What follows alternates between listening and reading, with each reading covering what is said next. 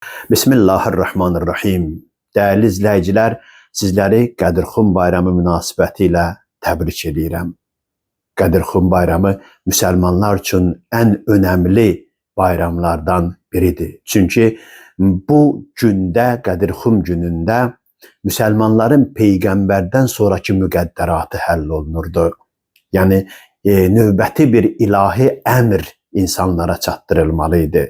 Bu əmr ilahi təyinatın bəşəriyyətə açıqlanması əmri idi ki, necə həmən ayədə Allah Peyğəmbərə təkid eləyir ki, ey Peyğəmbərim, sənə vəhy olunanları, sənə deyilənləri insanlara çatdır, bunu etməsən öz Peyğəmbərlik missiyovu tamamlamamısan. Yəni, bu əhəmiyyətli məsələ nə idi? O əhəmiyyətli məsələ o idi ki, Peyğəmbəri Allah təyin elədiyi kimi, imamları da Peyğəmbərdən sonra, Peyğəmbərlikdən sonra Allah özü təyin eləyir. Yəni, Quran-ı Kərimdə Allah Təbarəkə və Teala belə buyurur. İzibtələ İbrahimə Rəbbuhu bi kəlimat və ətəmməhunnə. Allah İbrahimi imtihan elədi. İbrahim bunu müvəffəqiyyətlə tamamladı. Qala inni cailuka linnasi imama. Allah bu imtihanı verdikdən sonra öz peyğəmbəri olan, Ülul Əzm peyğəmbəri olan İbrahim əleyhisselamı imamətə təyin elədi. Allah təyin elədi. İnni cailuka linnasi imama. Biz səni ümmətə imam təyin elədik, insanlara imam təyin elədik. Yəni, imamətin təyinatı Allahın əlindədir. Yalnız İbrahimin mi? Xeyr, ayə bunu da deyir. Qalə və min zürriyyəti, İbrahimdir, məndən sonra gələn zürriyyəmin də imamət haqqı varmı? Allah buyurur ki, o da bizim əlimizdədir. La yenalu əhdil zalimin. Mənim əhdim zalimlərə yetməz. Bəli, səndən sonra sənin zürriyyətində kim zalim olarsa, ona vermərik bu imaməti. Zalim olmayanlara, ədalətli olanlara verərik. Yəni, bu missiya Qədirxumda tamamlanırdı. Yəni, bu missiyanı ki, Peyğəmbər icra eləyirdi, özündən sonra ilahi təyinatın kimin üzərində olduğunu müəyyən elədi. Və ona görə insanları yığdı, əhd aldı onlardan. Mən hər kəsin mövlasıyam, Əli onun mövlasıdır. Və bu təyinat özü onu göstərdi ki, həqiqətən də bu təyinatla davam edəcək İslam böyük bir gücə çevrilə bilərdi, böyük bir nüfuza sahib ola bilərdi, bütün dünyanı əhatə eləyə bilərdi. Qədirxum bayramı müsəlmanların Peyğəmbərdən sonra hərəkət istiqamətini müəyyənləşdirən bir hadisə idi. Yəni, Peyğəmbərdən sonra nə etməliyəm sualının cavabını müəyyənləşdirirdi. Ona görə də imamətin təyinatı burada zəruri idi. Bu etiqadi bir məsələdir, Qədirxum məsələsi. Ki, Peyğəmbərdən sonra bizim imamımız kimdir? Allah ki, Peyğəmbəri təyin eləmişdi. İndi Peyğəmbər imamı təyin elədi ki, məndən sonra imam kimdir? Və eyni zamanda göstəriciləri də qoydu, zalimlərdən, fasiqlərdən imam olmaz.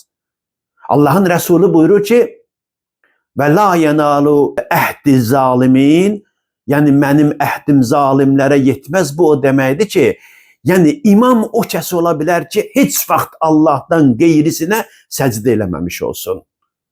Heç vaxt Allahdan qeyrisinin əbdi, qulu olmamış olsun. Buyurur ki, bu yalnız mənə və qardaşım Əliyə məxsusdur. Yəni, səhabələr arasında Əlidən və Peyğəmbərin özündən başqa kimsə yox idi ki, ömrünün əvvəlini bütə sitayiş eləməmiş olsun. Bəs o bütə sitayiş edən dövr zülm dövrü idi, zülmət dövrü idi. Zalimlərə də imamət çatmaz.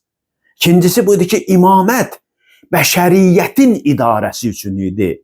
Bəşəriyyətin həqiqətinin idarəsi üçündür. İmam təkcə məhdud bir cəmiyyəti idarə etmək üçün deyil.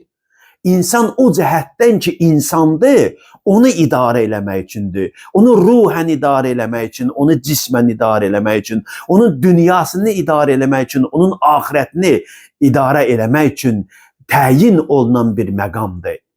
Və bu məqama da Peyğəmbərdən sonra ikinci bir şəxsiyyət yox idi ki, təyin olunmuş olsun. O da Əli ibn Əbi Talib idi. Onun isməti haqqında Quran buyurubdur, onun yolunun doğruluğu haqqında Quran buyurubdur, onun vilayəti haqqında Quran buyurubdur. Bunlar başqa bəhslərdir. Və fəzilət məsələsi. Əlidən fəzilətli Peyğəmbərdən sonra ikinci bir adam yox idi ki, Qədirxumda o məqama təyinat almış olsun. Yox idi.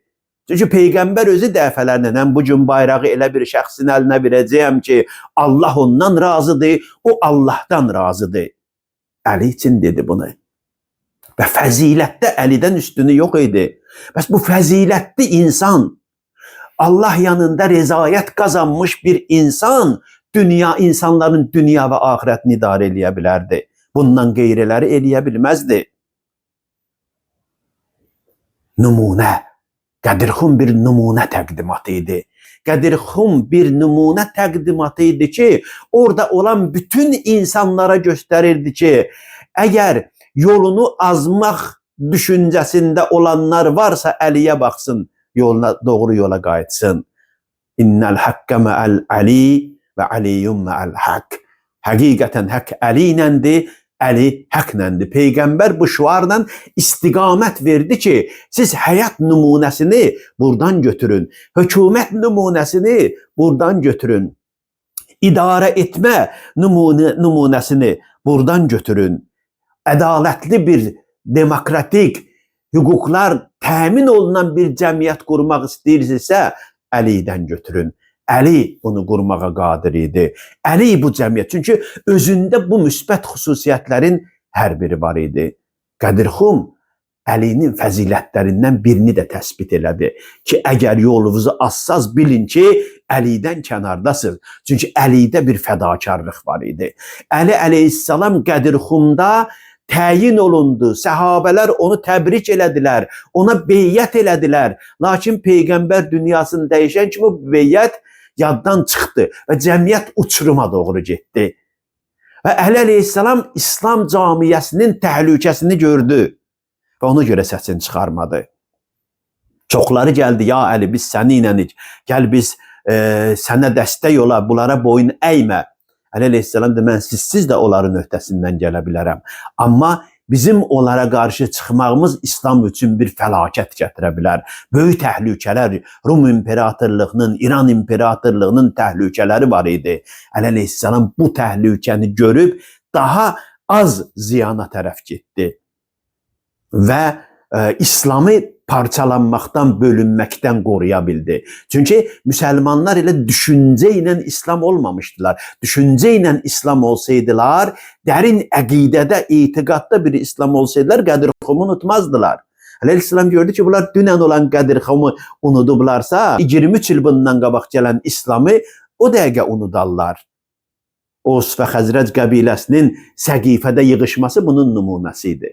Ona görə əleyhissalam sustu. Bəs Qədirxum bəşəriyyətin idarə olunması üçün təyin olunmuş bir ritual idi, bir əmr idi və müsəlmanlar bundan ciddi dərs götürməlidirlər. Əgər müsəlmanlar Qədirxumdan doğru dürüst nümunə götürsəydilər, bugün İslam dünyası bu acınacaqlı vəziyyətə düşməzdi, aslı vəziyyətə düşməzdi, kölə vəziyyətə düşməzdi. Qədirxum azadlıq tədbiri idi. Qədirxum azadlıq hərəkatı idi. Bütün milli, mənəvi, bütün irqi, qövmi təəssüblərdən azad olub, təmiz, xalis Allah bəndəsinin necə olmalı olduğunu təyin edən bir gün idi. Bir daha bayramınız mübarək.